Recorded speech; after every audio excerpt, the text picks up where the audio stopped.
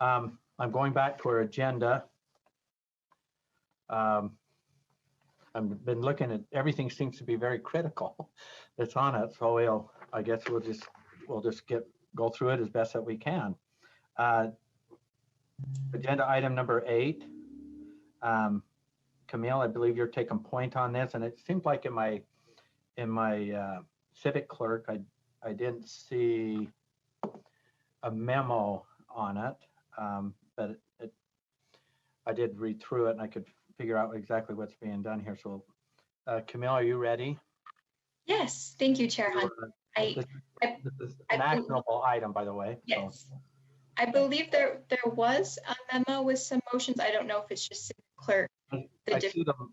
I see some motions that I have on my agenda, but when I went into civic clerk, I didn't see a memo. So maybe I'm still having problems on my end, but somebody can correct me. But please proceed.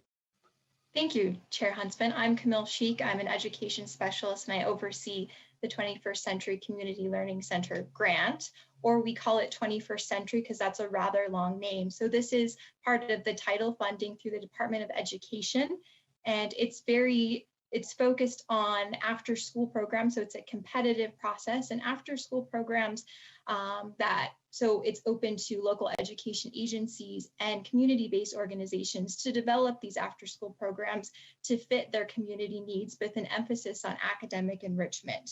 So I just wanted to provide some background context before I get into the waiver request. So all of these activities are aligned with the school day. The relationship, even if you are operating in a community center or school, the relationship with the school is critical, but all these activities have to take place outside of the school day.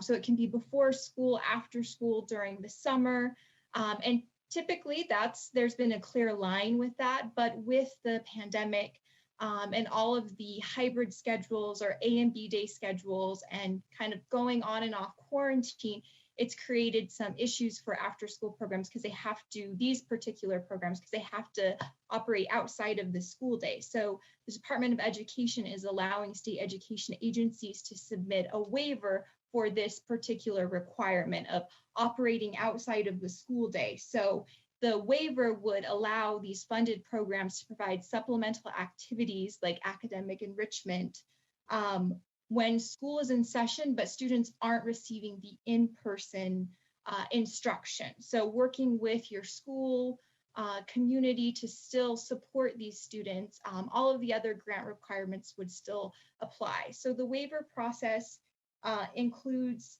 getting feedback from the public and interested local education agencies about whether or not to submit this waiver. And so what we did to satisfy that requirement is we posted on the 21st Century Grant webpage, the USBE webpage.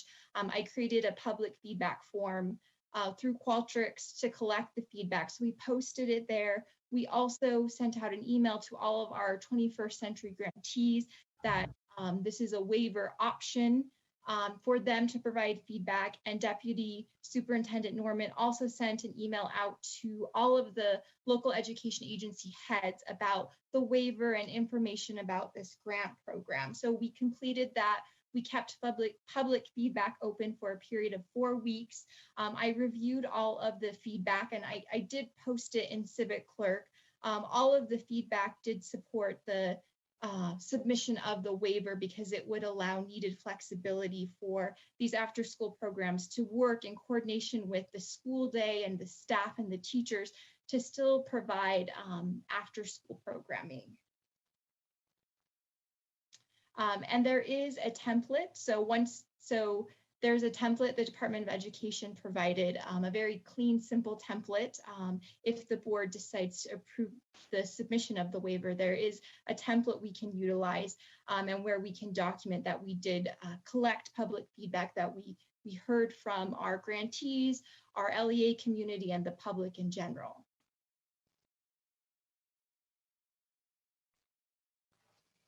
So if there are any questions I can answer or provide any clarity. So Camille, the way that I'm seeing this is that the U.S. Department of Education is in the waiver business right now with the way that they've crafted the submission and that. So it's not like an oddity that we're attempting to do here. So can you speak to that? Yes, so this is in response to families and communities. Just, with these programs, we always want to follow the guidelines and the requirements, but we are facing some unique circumstances. So this would waive that requirement for this school year to allow more flexibility for our grantees to provide the after-school programming. Chair Huntsman, did I answer your question? Yes, yes, but it seems like they're in the waiver granting business. And my follow-up on this is, do you have any idea of once the waiver is, if the motion moves forward to grant the waiver, how much time on their end before they accept it? Do you have any of that intel? From my colleagues in other states, I'm hearing anywhere from 2 to 4 weeks. They did want to get it quick. They did their best to try to get it up and running in, I think it was October, that this is an option. And it's about 2 to 4 weeks hearing a response back from my colleagues. Overwhelmingly, the Department of Education has approved these waivers as long as you're documenting your process. So it is quick, and it is for the entire school year. So it would span, I guess it would be retroactive in some circumstances, but. Thank you. That answered my question. Thank you. Board Member Belknap. Thank you, Chair. I have two things. Camille, can you tell me, give me an example of what you mean that they can use this money during the school day when the student isn't in instruction? So it could be on like a A and B day. So when the student isn't in person, so they're not attending, they're not in their desk, but maybe they have some assignments to work on. The teacher has assigned something. Maybe this would likely be for our older students, assign something that after school staff could help them with that. Maybe maybe they have multiple students who have the same assignment. They could do something to help them. Maybe that's online with the assignment. So could this, sorry, Chair, could this money also be used then for a person? A staff person? Yes, it could be used for teachers, after school staff, as long as it's outside of contract hours for teachers and paraprofessional staff. Thank you. Chair, I'd like to make a motion, please. Okay. Thank you. I move that the board authorize staff to submit the waiver for the 21st Century Community Learning Center grant requirement as presented to the U.S. Department of Education for final approval. Second. Second was Board Member Scott Nielsen. Yes, correct. Okay, discussion. You want to speak to the motion? No, thank you. Okay. Any discussion to the motion?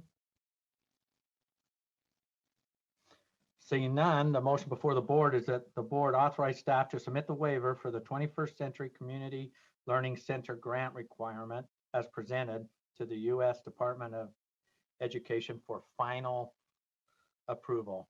At this time, please vote.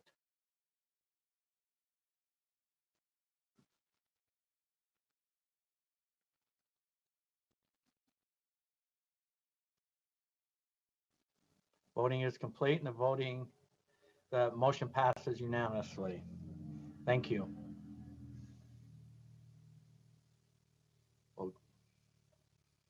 Okay, that concludes that one. Thank you. Thanks again. Thank you.